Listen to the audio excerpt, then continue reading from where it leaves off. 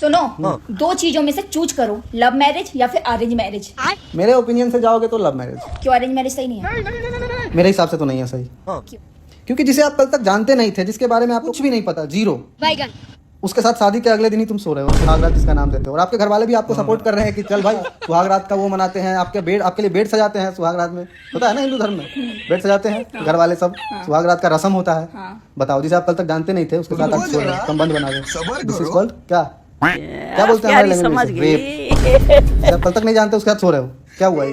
हाँ, ये गलत तो है। हाँ, इसीलिए लव मैरिज पसंद है। और लव मैरिज, प्रेम विवाह आज से नहीं है। अच्छा, तुम मुझे बताओ कौन से भगवान का प्रेम विवाह नहीं हुआ है, चाहे वो राम हो के महादेव ही क्यों ना हो स्वयं, उनका भी प्रेम विवाह ही हुआ है। पर हम लोग तो कहते हैं हिंदू धर्म में अरेंज मैरिज करनी चाहिए, लव मैरिज को लोग अलाउ नहीं करते, हमारा समाज अलाउ नहीं करता। वही समाज, जब से ये पैसा रुतबा आया है ना, तब से ये सब समाज बदला है, जब से पैसा आया है मार्केट में। क्योंकि दहेज जो मिलता है अरेंज मैरिज में, लव मैरिज में दहेज नहीं मिलता ना, गाड़ी वाड़ी नहीं मिलता। अरेंज मैरिज इसलिए बनाई गई थी ताकि दहेज मिल सके। और क्या, इधर से लड़की वाले की तरफ से, जैसे लड़का वाले की तरफ से डिमांड हो, उधर से वो डिमांड हो, सबसे ज्यादा दहेज ही चलता है अरेंज मैरिज में। लव मैरिज में सुना है तुमने कभी दहेज मिला? उसमें ही मिलता है 1-2%। हाँ, नहीं मिलता। दहेज का सिस्टम ही नहीं होता। लव मैरिज में अंडर एस्टिमेट होता है, आप उसको जानते हो, उसका रहना सहना सब कुछ उसके बारे में पता है, उसका हॉबी तक पता है, तो सोचो आपको उसके साथ रहने में कैसा लगेगा शादी के बाद। शादी से पहले आप बात करके सब कुछ 2 साल से, मान लो 3 साल से आपका रिलेशन है, आप जानते हो उसको फोन से, चाहे वो डिस्टेंस ही लव क्यों ना हो आपका, लॉन्ग डिस्टेंस रिलेशनशिप कितना भी लॉन्ग हो, लेकिन फिर भी आप कॉल पे उसका रहना सहना, वो कब क्या करती है, कितने टाइम में क्यों परेशान होती है, कब इमोशनल होती है, सब आपको पता है। और तब उसके साथ आप शादी के बाद रह रहे हो, संतोष पागल ना तो अंडरएस्टिमेट हो जाता है ना।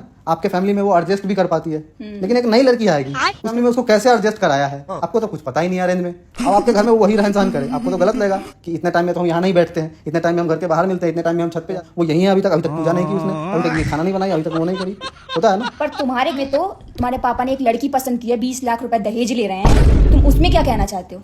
तो ये दहेज प्रथा हमारा खानदानी चलते आ रहा है, तो उसमें हम मना थोड़ी ना कर सकते हैं, 20 लाख में तो मिल रहा है। तो तुम अपने मम्मी पापा की बात मान लोगे, यहाँ पर अरेंज मैरिज करोगे? कौन बेटा होगा जो मम्मी पापा का बात नहीं मानेगा? जो नहीं मानेगा वो बेटा ही नहीं होगा। तो अभी जो आपने इतना लंबा भाषण दिया लव मैरिज पे कि लव मैरिज भगवान करते हैं, सब लोगों ने किया है, और ये जो अरेंज मैरिज है वो हम लोगों ने बनाई है, तो अब तुम्हारा सब गायब, तुम अरेंज मैरिज करोगे? 20 लाख नहीं होगा।